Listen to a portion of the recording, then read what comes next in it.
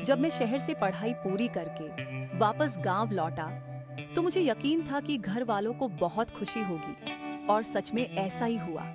पूरा परिवार जैसे मेरे आने का इंतजार कर रहा था। माँ की आंखों में चमक थी, पिताजी की आवाज में गर्व था क्योंकि मैं अब इंजीनियर बन चुका था, एक पढ़ा लिखा शहरी लड़का। और उनके लिए ये किसी सपने के पूरे होने जैसा था। घर आए मुझे हफ्ता दिन भी नहीं हुए थे कि मेरी शादी की बात छेड़ दी गई। माँ ने बहुत प्यार से कहा, बेटा अब तूने सब कुछ हासिल कर लिया है, अब हम तुझे घर बसाते देखना चाहते हैं। मैंने हल्के से मुस्कुराकर सिर हिला दिया, लेकिन दिल जानता था कि यह दिन आएगा, और यह भी कि मेरे ख्वाबों जैसी लड़की को वह कभी नहीं अपनाएंगे। वो कभी किसी आधा सोच वाली पढ़ी लिखी शहरी लड़की को अपनी बहू मान ही नहीं सकते थे। इसलिए जब उन्होंने एक गांव की लड़की राधा का नाम दिया तो मुश्किल से 10वीं पास थी, तो मैंने बिना विरोध किए हाँ कर दी। कहा, जैसा आप ठीक समझे, जैसे कोई मामूली बात हो। राधा बहुत सीधी सादी शांत और शर्मीली लड़की थी। पहली बार मिलते ही समझ गया था कि वह मेरे जैसे नहीं है, लेकिन खुद को समझाया कि चलो, परिवार की खुशी जरूरी है और शायद वक्त के साथ सब ठीक हो जाएगा। शादी गांव के रीति रिवाज से सादगी से हुई। पहले कुछ हफ्ते खामोशी में गुजरे। राधा कम बोलती थी, हर बात पर जी कहती थी, मेरी पसंद नापसंद का बहुत ध्यान रखती थी, लेकिन मुझे इन बातों से कोई दिलचस्पी नहीं थी।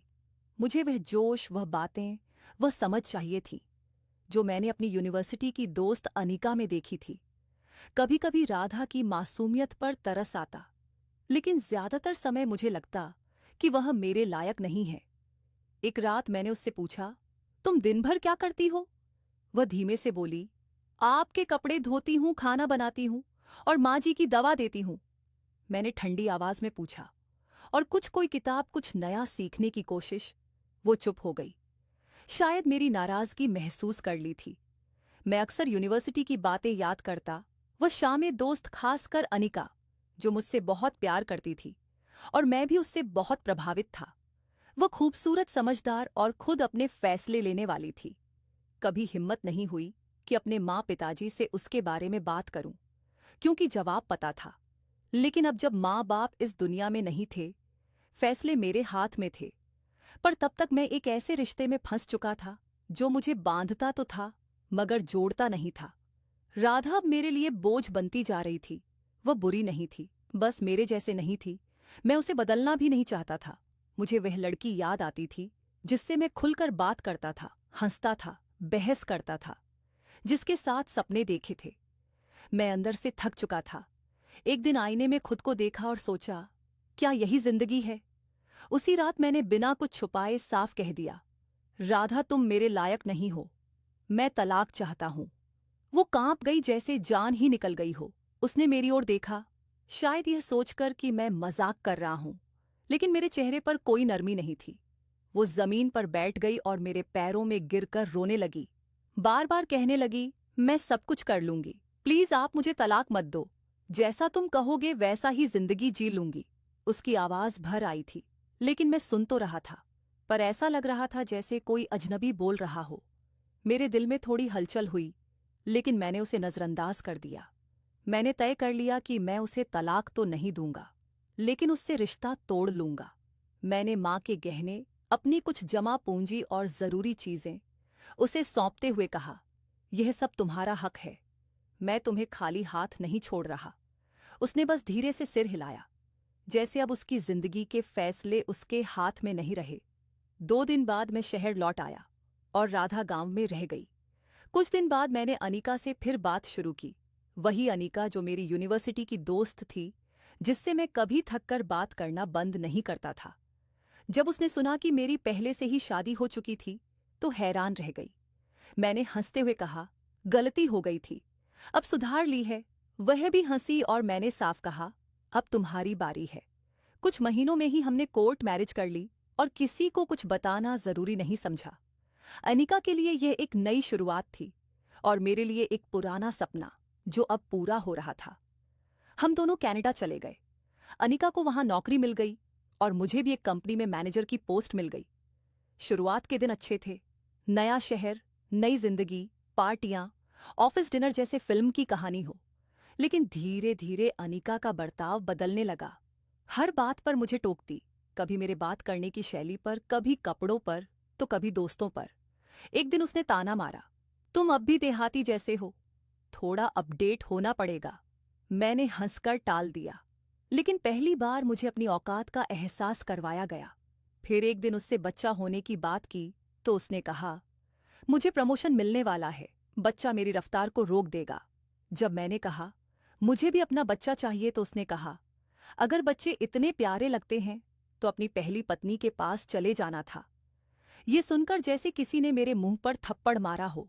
मैं चुप हो गया और फिर कभी बच्चे की बात नहीं की। मेरे अंदर की वह चाहत दफन हो गई। कुछ महीनों बाद एक ऑफिस इवेंट में मेरी मुलाकात पुराने साथी से हुई जो इंडिया जा रहा था।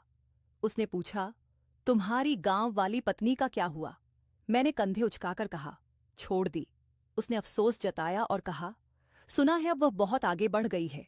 मैंने हंसकर कहा, क्या तरक्की करेगी? मुश्किल से 10वीं पास थी। उसने कहा, तुम्हें एक बार जाकर देखना चाहिए। मुझे बात मामूली लगी और मैंने नजरअंदाज कर दिया। लेकिन उसी पल राधा का चेहरा मेरे दिल में फिर से उभर आया। वो चेहरा जो कभी सादा था, अब धुंधला याद बन गया था। मेरी जिंदगी में सब कुछ था, नौकरी, पैसा, सुख सुविधाएं, लेकिन जो खालीपन राधा के साथ कभी महसूस नहीं हुआ, वह अब हर पल मेरे साथ था। अब बस दिन कट रहे थे, ना भविष्य में कोई उत्साह था, ना अतीत को भुलाने की ताकत। मैंने खुद को इस अंजाम तक पहुंचाया, अपने घमंड, अपने अहंकार और अपनी बेवकूफियों से। अब हर सुबह हर रात खुद से यही सवाल करता हूं, क्या यह वाकई सुधार था? शादी को दूसरा साल चल रहा था, लेकिन हमारे बीच वह रिश्ता कभी बना ही नहीं जिसे असली रिश्ता कहा जाता है। अनिका के लिए जिंदगी का मतलब एक कामयाब करियर था और मेरे लिए वह शांति जिसकी तलाश में मैंने सब कुछ छोड़ दिया था। हर दिन एक लड़ाई से शुरू हो जाता और चुप्पी में खत्म। सुबह जब मैं ऑफिस जाने को तैयार होता तो वह पहले ही लैपटॉप पर बैठी होती। मैं पूछता, नाश्ते में क्या है? तो वह कहती, फ्रिज में कुछ रखा है, खुद निकाल लेना। मेरी 8:30 बजे कॉल है। मैं चुप रह जाता। पहले बुरा लगता था, अब आदत हो गई थी। शाम को जब घर आता तो वह किसी मीटिंग में बिजी होती या क्लाइंट से बात कर रही होती। एक दिन मैंने कहा, अनिका, हम कितने दिनों से एक साथ बैठकर डिनर भी नहीं कर पाए। उसने लैपटॉप बंद किए बिना कहा, कल बाहर चलते हैं, लेकिन 8:00 बजे से पहले आ जाना, मेरी प्रेजेंटेशन है। लेकिन वह कल कभी नहीं आया। जब भी मैं कोई भावनात्मक बात करता, वह किसी प्रोजेक्ट मेल या डेडलाइन की आड़ में छुप जाती। मेरे दिन एक जैसे गुजरते थे, सुबह ऑफिस जाना, शाम को घर लौटना और फिर एक खामोशी सी रात। अगर किसी दिन कोई पार्टी होती तो अनिका जबरदस्ती मुझे साथ ले जाती। वह अक्सर कहती, अंग्रेजी ठीक से बोला करो, लोग मजाक उड़ाते हैं।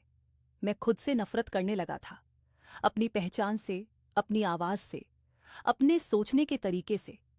मैंने वह सब कुछ खो दिया था जिस पर कभी अपने सपने बनाए थे।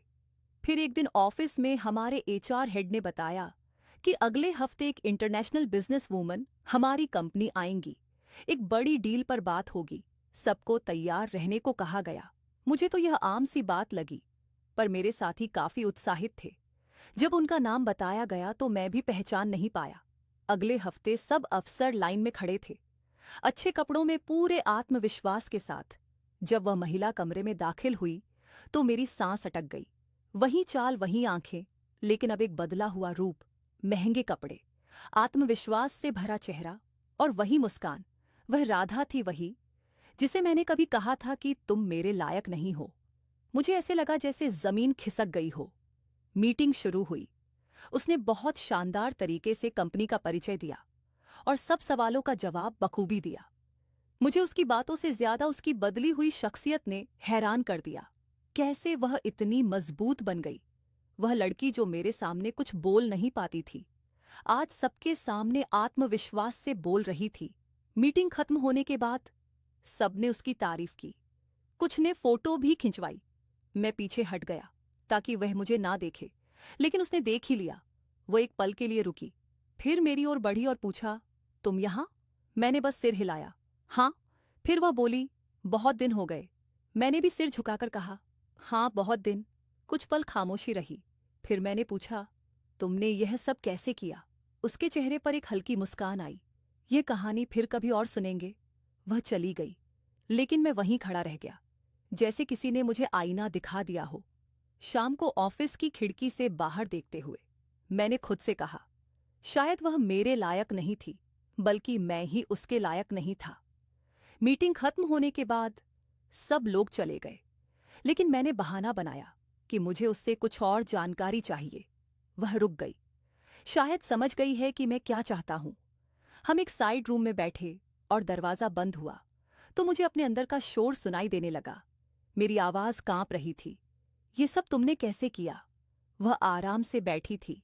उसके चेहरे पर कोई नाराजगी या ताना नहीं था, बस एक शांत आत्मविश्वास था। वह मुझे देखती रही, फिर बोली, जब तुमने मुझे छोड़ दिया मैं बहुत रोई, लेकिन एक दिन तय किया कि अब बस रोना बंद। मैं कुछ कहना चाहता था, पर शब्द नहीं मिले। वह बोली, मैं वापस अपने माता पिता के पास गई, लेकिन कुछ दिनों बाद पता चला कि मैं मां बनने वाली हूं। उस वक्त समझ आया कि मेरी जिंदगी खत्म नहीं हुई, अब शुरू हो रही है। पहले तुम्हारे लिए जीती थी, अब बेटी के लिए जीना था। मैंने हैरानी से पूछा, बेटी? वो मुस्कुराई, हाँ किरण, अब 4 साल की है और मेरे साथ रहती। मेरे दिल में कुछ शुभा, लेकिन मैंने छिपा लिया। मैंने पूछा, फिर तुमने क्या किया? वह बोली, शुरुआत में कुछ समझ नहीं आया, सिर्फ 10वीं तक पढ़ी थी, पर हिम्मत की। एक दिन मोबाइल पर यूट्यूब खोला, ब्यूटी की वीडियो देखी और सीखना शुरू किया। मोहल्ले की लड़कियों का मेकअप करने लगी। फिर कढ़ाई सिलाई सीखी, एक इंस्टाग्राम पेज बनाया। गांव और शहर की औरतें आर्डर देने लगी। मां ने पहले मना किया, पर जब कमाई आने लगी तो सब चुप हो गए। मैंने पूछा, पढ़ाई? वह बोली, ओपन यूनिवर्सिटी से। फिर से 11वीं में एडमिशन लिया। बेटी के सो जाने पर पढ़ती थी, रात को वीडियो से बिजनेस ट्रिक सीखती थी। 3 साल में इंटर और फिर ग्रेजुएशन भी पूरी की।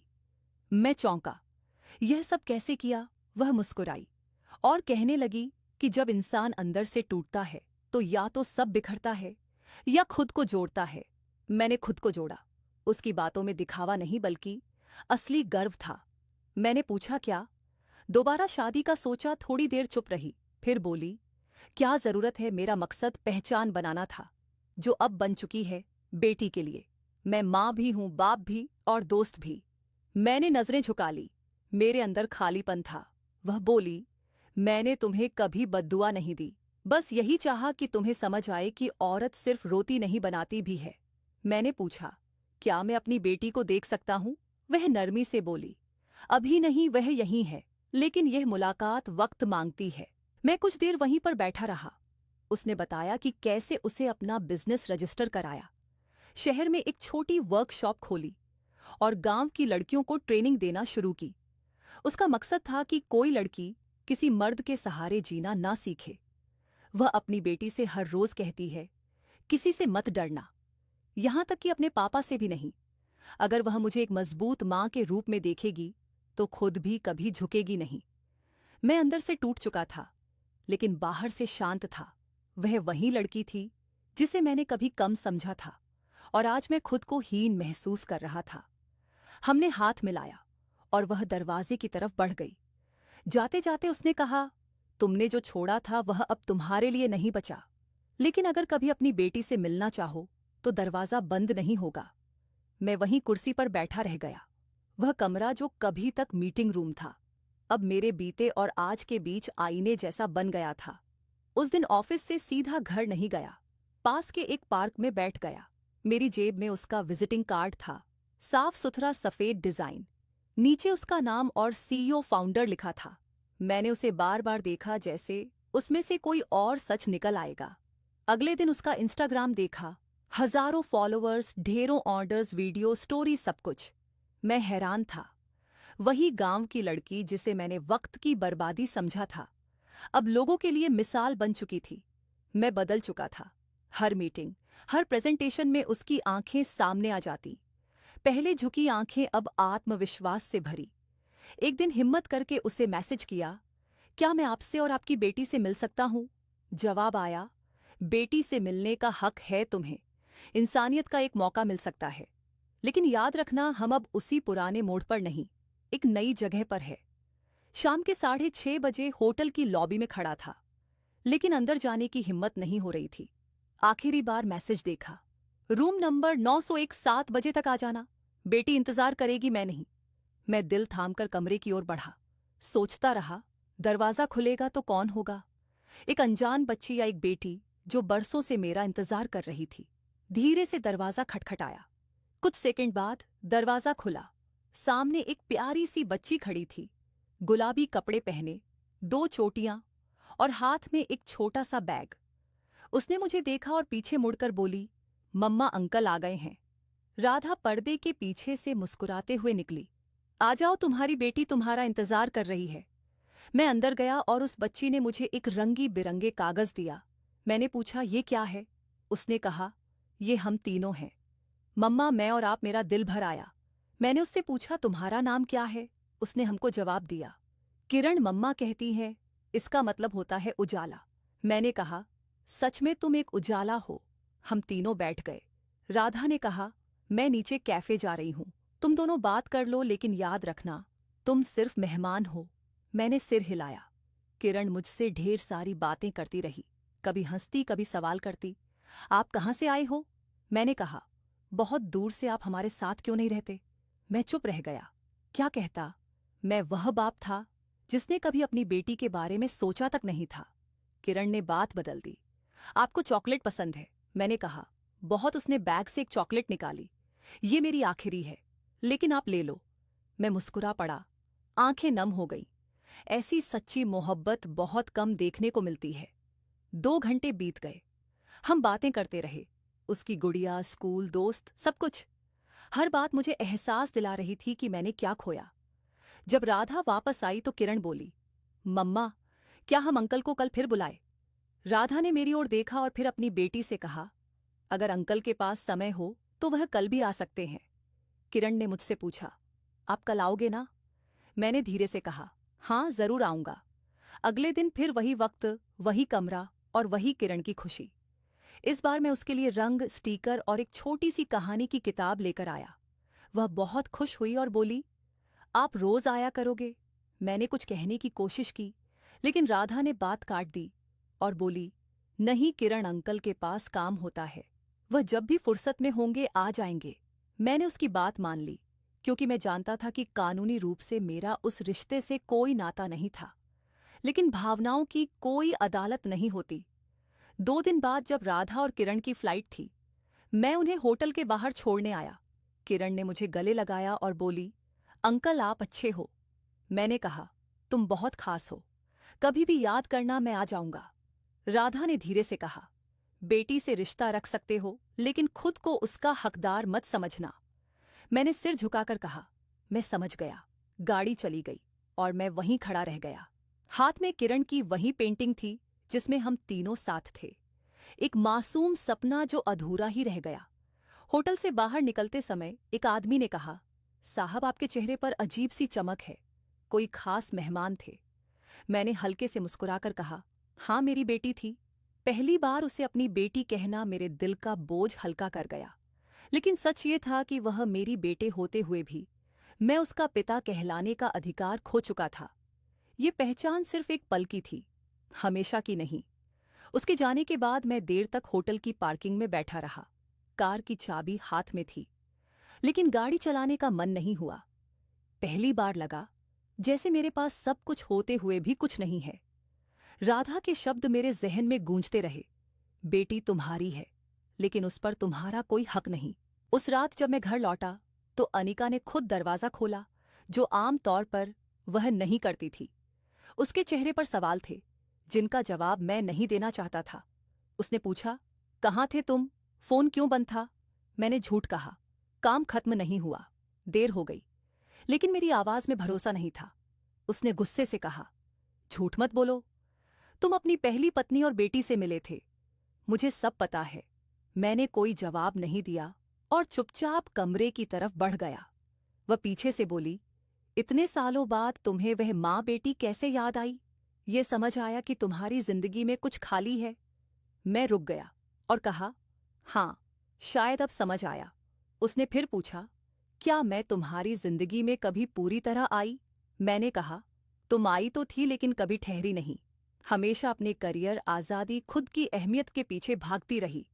उसने हंसते हुए कहा, तो अब तुम मुझे दोष दे रहे हो क्योंकि तुम्हें पुरानी मोहब्बत याद आ गई। मैंने कहा, नहीं, किसी को दोष नहीं दे रहा, बस अब फर्क समझ में आया है, वह भी बहुत देर से। इसके बाद घर में रोज लड़ाई, चुप्पी और ताने चलते रहे। एक दिन उसने कहा, अगर तुम्हें वह पत्नी चाहिए थी जो तुम्हारी हर बात माने, खाना बनाए और बच्चों की परवरिश करे, तो तुम मुझ जैसी औरत से शादी ही क्यों की? मैंने कुछ नहीं कहा। उसने और कहा, तुमने मुझे हमेशा एक प्रोजेक्ट समझा जो तुम्हारी तारीफ करे। तुम्हें ऐसी औरत चाहिए थी जो डर के मारे तुम्हारी बात माने और तुम्हारे कंट्रोल में रहे। मैंने कहा, तुमने मुझे कभी पति समझा ही नहीं, बस एक साथ रहने वाला आदमी समझा। वह चुप हो गई, लेकिन वह चुप्पी भी थोड़ी देर की थी। अगले दिन जब मैं ऑफिस से लौटा तो खाना नहीं बना था, ना कोई बात हुई। कमरा अलग हो गया, नींद और सोच भी अलग हो गई। मैंने राधा को मैसेज किया, बेटी ठीक है? जवाब आया, बहुत खुश है और सुरक्षित है, लेकिन उसे किसी विवाद में मत घसीटो। ये जवाब मेरे लिए एक और बंद दरवाजा था। ऑफिस में भी अब मन नहीं लगता था, काम बिगड़ रहा था। एक दिन बॉस ने बुलाया और कहा, तुम परेशान लग रहे हो। मैंने कहा, थोड़ा निजी मामला है।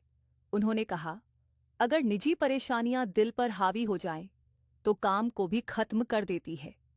ये सुनकर मैं कुछ देर चुप हो गया। शायद अब मेरा दिल भी खोखला हो चुका था। उस हफ्ते की आखिरी में मैंने खुद से वादा किया कि अनिका से खुलकर एक बार बात करूंगा। जैसे ही मैंने बात शुरू की, वह गुस्से में फूट पड़ी।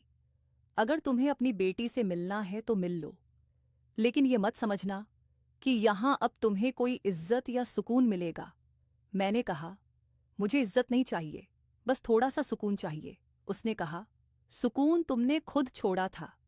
जिस दिन तुमने पीछे मुड़कर देखा, उसी दिन अपनी आज की जिंदगी को खत्म कर दिया। वह गलत नहीं थी, लेकिन मेरे लिए यह फैसला आसान नहीं था। कई दिन तक मैं सिर्फ ऑफिस और अपने कमरे के बीच कैद रहा। जो घर कभी ख्वाबों जैसा था, अब पिंजरे जैसा लगने लगा था। अनिका पहले की तरह अपने काम में बिजी रहती थी, लेकिन हमारे बीच अब एक मोटा सा पर्दा आ गया था। मैं अक्सर सोचता, क्या मैंने सब कुछ खो दिया या कुछ बचा है? जवाब हमेशा एक ही आता, जो खोता है वह लौट कर नहीं आता। फिर भी दिल में एक उम्मीद थी कि शायद कहीं मौका दोबारा मिले। अब पहले जैसा नहीं, पर थोड़ा सुकून, थोड़ा सच्चा एहसास, वही स्पर्श जो मैंने खुद छोड़ दिया था। अब मैं रोज समय पर ऑफिस जाता और लौटता, लेकिन असल में कहीं भी नहीं होता था। काम करते हुए भी कभी किरण का चेहरा सामने आ जाता, कभी राधा की आवाज सुनाई देती। जिंदगी अब बोझ नहीं, एक सजा बन चुकी थी जो मैंने खुद ही अपने लिए तय की थी। एक दिन ऑफिस से लौटते वक्त मैंने अपनी पुरानी यूनिवर्सिटी जाने का फैसला किया, बस यूं ही पुरानी यादों को महसूस करने के लिए। मेन गेट पर सब कुछ जाना पहचाना था, लेकिन अब कुछ भी वैसा नहीं था जैसा मैं छोड़कर गया था। वह कैफे जहां अनिका और मैं बैठे थे, अब अजनबियों से भरा था। मैं खुद को भी नहीं पहचान पा रहा था। कैंटीन के एक कोने में चाय पी रहा था, जब बगल में बैठे दो छात्र बात कर रहे थे। पता है, एक गांव की औरत ने अपने काम से सबको चौंका दिया। यूट्यूब पर उसकी क्लासेस है। दूसरे ने पूछा, नाम क्या है उसका? जवाब आया, राधा। पहले सादा जिंदगी थी, अब लाखों कमा रही है। औरत को आत्मनिर्भर बनाना सिखाती है। मेरी चाय गले में फंस गई। उन्हें क्या पता कि वह राधा मेरे अतीत की अधूरी कहानी है, जिसे मैंने खुद ही बर्बाद किया था। उसी शान मैंने अपने पुराने दोस्त कैलाश को फोन किया। वही एक शख्स था जो सब जानता था। मैंने कहा, क्या तुमने कभी सोचा है कि जो फैसले हम सही वक्त पर नहीं लेते, वही हमें बाद में बहुत दुख देते हैं? वह हंसा, अब तुम दार्शनिक बन गए हो। मैंने धीमे से कहा, अब बस पछतावा ही बचा है। उसने कहा, जो हाथ से निकल जाए वह वापस नहीं आता, लेकिन उसकी कीमत जिंदगी रोज वसूल करती है। अगले दिन मुझे एक सामाजिक सेमिनार में ऑफिस की ओर से भेजा गया। वहां कई संस्थाएं अपने कामों के बारे में बता रही थीं।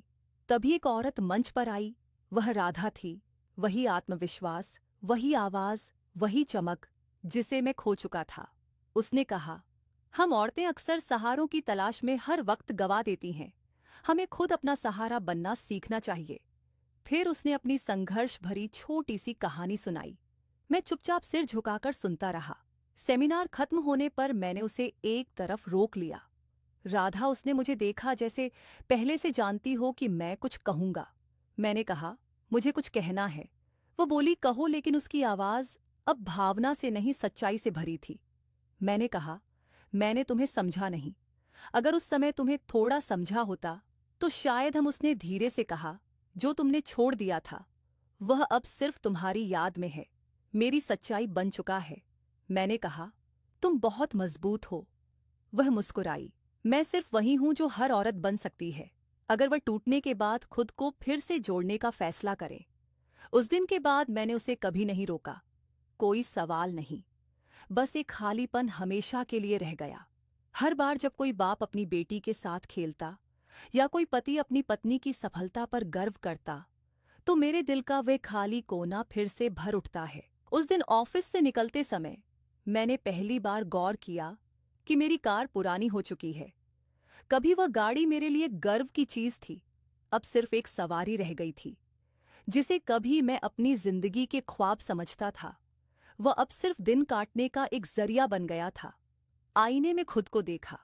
बालों में सफेदी, चेहरे पर थकान और आंखों में खालीपन था। गाड़ी चालू की, लेकिन मन कहीं और था। दिमाग उसी एक सवाल में अटका था। अगर मैंने समय रहते समझ लिया होता तो क्या आज यह हाल होता? उसी शाम ऑफिस में एक ट्रेनिंग सेशन था। विषय था लीडरशिप, रिश्ते और व्यक्तिगत विकास।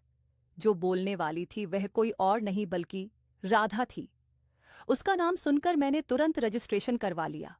लगा यह इत्तेफाक नहीं, शायद किस्मत मुझे कुछ सिखाना चाहती है। कॉन्फ्रेंस रूम में बैठा, मैं हर बात ध्यान से सुन रहा था। सामने वही राधा थी, वही कागज, वही ठहराव। लेकिन अब वह किसी की पत्नी, बेटी या बहू नहीं थी। अब वह खुद अपनी एक पहचान थी। वह बोली, एक सशक्त महिला वही है जो सिर्फ दूसरों के सहारे न चले बल्कि अपने लिए भी रास्ता बनाए। रिश्ते जरूरी हैं, लेकिन खुद की पहचान के बिना नहीं। सभी लोग तालियां बजा रहे थे, मैं भी बजा रहा था। लेकिन मन में सवाल था, क्या मैं इतना कमजोर था कि मैंने सिर्फ इसलिए किसी को छोड़ दिया क्योंकि वह मेरी तरह बोल नहीं सकती थी? क्या मेरी शिक्षा और सोच इतनी कमजोर थी कि मैं एक साधारण सी लड़की के सपनों को जगह नहीं दे सका? सेशन खत्म होने पर मैं चुपचाप बाहर निकलने लगा। तभी एक युवक मेरे पीछे आया और बोला, सर, कितनी शानदार बातें बोली हैं ना उन्होंने। मैंने सिर हिलाया और कहा, हाँ, सच्ची बातें थी। वो बोला, मेरी मंगेतर बहुत साधारण है, लेकिन अब सोच रहा हूं उसे वह इज्जत दूं जो वह शायद मांगती नहीं, लेकिन हर रिश्ते को चाहिए होती है।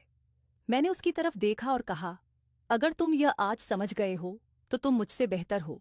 मैंने यह बात बहुत देर से सीखी। वह मुस्कुराया और बोला, सीखी तो सही सर, यही काफी है। मैं बस खामोश रहा। कुछ बातें अनुभव से ही सीखी जाती हैं। 2 दिन बाद मैंने एक अखबार के लिए छोटा सा कॉलम लिखा। विषय था सच्चाई जो देर से सीखी। मैंने लिखा, एक पुरुष की असली मर्दानगी इस बात में नहीं कि वह कितना कमाता है, बल्कि इस बात में है कि वह अपनी साथी के सपनों की कितनी कदर करता है। कॉलम छपने के बाद कुछ ईमेल आए। एक युवक ने लिखा, आपके लेखन ने मेरी सोच बदल दी। अब मैं अपनी मंगेतर को कमजोर नहीं समझता।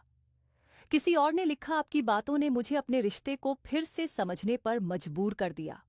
शायद यही एक तरीका था जिससे मैं राधा का हक अदा कर सकता था। सच लिखकर वह सीख बांटना जो मैंने खुद देर से सीखी। एक दिन मैं कैफे में बैठा था। एक अधेड़ उम्र का आदमी मेरे पास आया और बोला, क्या आपने ही सच्चाई जो देर से सीखी लिखा था? मैंने सिर हिलाया। वह बोला, मेरी बेटी तलाक के बाद टूट गई थी। आपका लेख पढ़कर उसने फिर जीने की हिम्मत मिली। मैंने कुछ नहीं कहा, बस मन ही मन धन्यवाद कहा कि मेरा एक वाक्य किसी की जिंदगी में उम्मीद बन गया। उसी रात मैंने अपनी डायरी का एक नया पन्ना खोला और लिखा, औरत कभी कमजोर नहीं होती। हम पुरुष ही उसे कमजोर समझते हैं ताकि अपने अहंकार को बचा सके। सालों लगे यह समझने में, लेकिन अब मुझे औरत की खूबसूरती सिर्फ चेहरे में नहीं बल्कि उसके सपनों, सोच और बलिदानों में दिखती है। मैंने अनिका से भी बात की। हम दोनों ने एक दूसरे से माफी मांगी। हम अब साथ नहीं थे, लेकिन अब दोनों के लगाव में कड़वाहट नहीं, समझदारी थी। आज मैं एक साधारण इंसान हूं, ऑफिस में मैनेजर की कुर्सी पर बैठा अपनी जिम्मेदारियां निभा रहा हूं। लेकिन अब रिश्तों के फैसले भावनाओं या अहम से नहीं, समझदारी से करता हूं। मेरी बेटी किरण अब भी कभी कभी वीडियो कॉल करती है। हर बार कुछ नया सीख कर बताती है, जैसे उसकी माँ ने सिखाया हो। मैं सुनता हूँ, सीखता हूँ और शुक्र करता हूँ कि अब कम से कम मैं सच्चाई पहचानता हूँ। सबक देर से मिला, मगर अब हर दिन उसे दूसरों तक पहुंचा रहा हूँ, ताकि कोई और वह गलती ना करे जो मैंने की। नए साल की शुरुआत मैंने ऑफिस की छत पर अकेले खड़े होकर की। नीचे पूरा शहर रोशनी में डूबा था, पटाखे चल रहे थे, लेकिन मेरी नजर सिर्फ स्क्रीन पर थी। किरण ने वीडियो कॉल की थी और नए साल की टोपी पहनकर मुस्कुरा रही थी। हैप्पी न्यू ईयर पापा, उसने कहा। ये पहली बार था जब उसने पापा कहा। मेरा दिल जैसे एक पल के लिए थम गया। मैंने धीरे से कहा, हैप्पी न्यू ईयर मेरी जिंदगी का उजाला। पीछे से राधा की आवाज आई, किरण सोने का वक्त हो गया है। वह कमरे के पास आई, मुझे देखा, सिर हिलाया और पर्दे के पीछे चली गई। अब बस में और किरण रह गए थे। किरण ने पूछा, पापा आप कब आओगे? मैंने वादा किया, जल्दी आऊंगा, जब स्कूल की छुट्टियां होंगी। उस एक वादे के साथ मैंने खुद से भी ये ठान लिया कि अब मैं सिर्फ बातें नहीं बल्कि उस पर अमल भी करना है। मैंने ऑफिस की कुछ जिम्मेदारियां कम की और फ्रीलांस काम शुरू किया, ताकि किरण के लिए ज्यादा वक्त निकाल सकूं। हर महीने के अंत में उसके लिए एक छोटा सा पैकेट भेजता, कहानियों की किताब, हाथ से बनाए रंग और थोड़ी सी चॉकलेट। वह हर बार वीडियो कॉल पर खुश होकर सब दिखाती। एक दिन किरण ने कहा, पापा मुझे आपकी डायरी चाहिए। मम्मा कहती हैं आप कुछ लिखते हो। मैंने डायरी का एक पन्ना फोटो खींचकर भेजा, जिसमें लिखा था, बेटी वह प्रार्थना है जो एक आदमी को इंसान बना देती है। कुछ दिन बाद राधा का संदेश आया कि किरण ने स्कूल की सभा में यह पंक्ति सुनाई और सबने खूब तारीफ की। मेरा दिल जैसे खिल उठा। उसी समय मैंने एक छोटा सा यूट्यूब चैनल शुरू किया, जहां हर हफ्ते एक वीडियो डालता सच्चाई पर, जो हम देर से समझते हैं। पहला विषय था बेटी की पहली तस्वीर। मैंने अपनी कहानी थोड़े में सुनाई। बिना नाम लिए कुछ ही हफ्तों में हजारों लोग जुड़ गए और अपनी बातें भी बांटने लगे। मैं हर किसी को अपनी नई बातों से जवाब देता। एक दिन राधा का एक और मैसेज आया, किरण ने स्कूल प्रोजेक्ट में तुम्हें अपना हीरो बताया। मैंने आईने में खुद को देखा। वह इंसान जो कभी खुद को सबसे अच्छा समझता था, अब अपनी बेटी के नजरों में अच्छा बनने की कोशिश कर रहा था। मैंने किरण के स्कूल के प्रिंसिपल को ईमेल किया कि मैं उसकी पढ़ाई में मदद करना चाहता हूं। जवाब में धन्यवाद, और यह भी कहा गया कि पिता की मौजूदगी बच्चे के मन पर अच्छा असर डालती है। अब मैं किरण की हर मीटिंग, हर स्कूल फंक्शन, हर जरूरत में शामिल होता हूं। हर मीटिंग में जब सब माता पिता कैमरा ऑन करते, तो मैं भी मुस्कुराकर कैमरा ऑन करके कहता हूं, मैं उसका पिता हूं।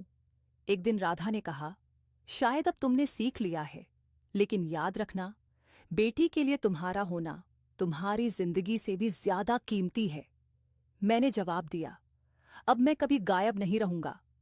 मैंने राधा से कभी यह नहीं कहा कि वह दोबारा मेरी जिंदगी में लौटे। अब मेरी मोहब्बत में अधिकार नहीं, सिर्फ सच्चाई है। मैं जानता था कि उसने जो मंजिल पाई है, वह किसी और के साथ बांटी नहीं जा सकती। एक शाम मैं लाइब्रेरी में किताब पढ़ रहा था कि एक लड़का मेरे पास आया और बोला, सर, आपके यूट्यूब चैनल से मुझे सोचने का नजरिया बदलने का मौका मिला। अब मैं अपनी मंगेतर को सिर्फ साथी नहीं, बराबरी का साथी समझता हूं। मैंने उसके कंधे पर हाथ रखकर कहा, जिंदगी वही सफल होती है जो सीखने पर विश्वास रखे। मेरे पास वह सब कुछ नहीं था जो मैंने अपने सपनों में सोचा था। न परिवार की वह खुशहाल तस्वीर, न साथ जीने मरने के वादे, लेकिन मेरे पास मेरी बेटी की मुस्कान थी, जो हर हफ्ते स्क्रीन पर मुझे देखकर कहती, पापा आप मेरे लिए सब कुछ हो। ये कहानी अभी खत्म नहीं हुई, शायद कभी पूरी भी ना हो, लेकिन अब मैं हर दिन एक नए पिता की तरह लिखता हूं, क्योंकि अंत सिर्फ एक शब्द होता है। असली कहानी तो वहां से शुरू होती है जहां अंत लिखा जाता है, और मेरी कहानी अब बस शुरू हुई है। एक दिन स्कूल में फादर्स डे का प्रोग्राम था। ऑनलाइन ही सब बच्चों ने अपने पापा के बारे में कविता या निबंध सुनाना था। मैं कैमरे के सामने बैठा था। दिल जोर जोर से धड़क रहा था, जैसे परीक्षा देने जा रहा हूं। किरण स्क्रीन पर आई। उसने मुस्कुराते हुए पढ़ना शुरू किया। मेरे पापा बहुत दूर रहते हैं, पर मेरी हर बात सुनते हैं। जब मैं रोती हूं तो हंसाते हैं, जब मैं जीतती हूं तो ताली बजाते हैं। पापा कहते हैं मैं उजाला हूं, पर सच ये है पापा मेरा उजाला है। उसकी आंखें चमक रही थीं, मेरी आंखें भर आईं। बाकी सब बच्चे भी तालियां बजाने लगे। उस दिन पहली बार लगा कि मैं सचमुच पिता हूं। प्रोग्राम के बाद राधा ने कैमरा ऑन किया। उसकी आंखों में भी नमी थी, लेकिन चेहरे पर वही आत्मविश्वास। बोली, धन्यवाद। आज किरण बहुत खुश थी, शायद इसलिए कि उसे अपने पापा पर गर्व हुआ। मैं चुप था, गला भर आया था। बस इतना कह पाया, मुझे एक और मौका देने के लिए शुक्रिया। राधा ने सिर झुका लिया, कुछ नहीं कहा, पर उसकी आंखों में पहली बार गुस्से या दूरी की जगह एक नरमाई थी। उस रात मैंने अपनी डायरी में लिखा, जिंदगी हमें हर बार दूसरा मौका नहीं देती, लेकिन जब देती है तो वह सिर्फ हमारे लिए नहीं, किसी और की मुस्कान के लिए होती है। मेरे लिए वह मुस्कान मेरी बेटी है। अब मैं रोज खुद से यही वादा करता हूं, मैं फिर देर नहीं करूंगा। धीरे धीरे मेरी और किरण की बातें बढ़ने लगीं। अब वह हर छोटी चीज मुझसे शेयर करती। पापा, आज मैंने मैथ्स में फुल मार्क्स लाए। पापा देखिए मैंने ड्राइंग बनाई है। पापा, मम्मी ने आज मेरी फेवरेट खिचड़ी बनाई। उसकी हर बात मेरे लिए तोहफा थी। राधा भी अब पहले जैसी सख्त नहीं रही। वह अक्सर मुझे क्लास की ऑनलाइन मीटिंग्स या स्कूल के काम में शामिल कर लेती। कभी कहती, किरण की प्रैक्टिस सुन लो। कभी पूछती, तुम्हें लगता है यह ड्रेस उस पर अच्छी लगेगी? शायद उसके मन का गुस्सा धीरे धीरे पिघल रहा था। एक दिन किरण ने कहा, पापा, जब ये कोरोना खत्म होगा ना, तो आप सच में मेरे स्कूल आओगे? प्लीज प्रॉमिस करो। उसकी मासूम आंखों में इतना विश्वास था कि मैंने बिना सोचे कह दिया, हाँ बेटा, जरूर आऊंगा। राधा एक पल को चुप रही, फिर हल्की मुस्कान के साथ बोली, देखते हैं।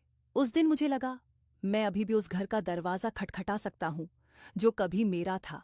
समय धीरे धीरे आगे बढ़ता गया। किरण अब मेरी जिंदगी की धड़कन बन चुकी थी। उसकी हंसी, उसकी शरारतें, उसके सपने, सब मेरे जीने की वजह थी। राधा और मैं भी अब पहले जैसे कड़वे नहीं रहे, लेकिन हमारे बीच वह रिश्ता नहीं लौट पाया जो कभी पति पत्नी के बीच होना चाहिए। शायद वह जख्म इतने गहरे थे कि पूरी तरह भर नहीं सकते थे। हमने एक दूसरे से कभी दोबारा शादी की बात नहीं छेड़ी। हम दोनों जानते थे कि अब हमारा रिश्ता सिर्फ एक डोर से बंधा है। किरण, हम मिलते, साथ बैठते, बातें करते, पर सब कुछ बस उसी की वजह से। जब वह स्कूल के कार्यक्रम में भाग लेती तो हम दोनों साथ खड़े होकर ताली बजाते। जब वह बीमार पड़ती तो हम दोनों उसकी देखभाल में लगे रहते। एक बार उसने हमसे मासूमियत से पूछा, पापा मम्मी, आप दोनों एक साथ क्यों नहीं रहते? उसकी आंखों में सवाल था, मासूम सा। मैंने उसकी हथेली थामकर कहा, बेटा, कभी कभी दो लोग साथ रहते हुए भी खुश नहीं रह पाते, लेकिन इसका मतलब ये नहीं कि वे तुम्हें कम प्यार करते हैं। हम दोनों तुम्हें बहुत प्यार करते हैं और हमेशा करेंगे। राधा की आंखें भर आईं। शायद वह भी जानती थी कि सच यही है। धीरे धीरे किरण बड़ी होती गई। उसकी कामयाबियों में हम दोनों बराबर खड़े रहते, लेकिन हमारे बीच अब भी वही दूरी रही। आज भी मैं उसकी मम्मी को देखकर सोचता हूं, शायद अगर मैं पहले समझ जाता तो कहानी अलग होती। लेकिन अब यह अफसोस भी मुझे रोक नहीं पाता, क्योंकि अब मेरे लिए सबसे बड़ी सच्चाई यही है, मैं और राधा एक दूसरे के नहीं रहे, पर हम हमेशा अपनी बेटी के रहेंगे। धन्यवाद दोस्तों।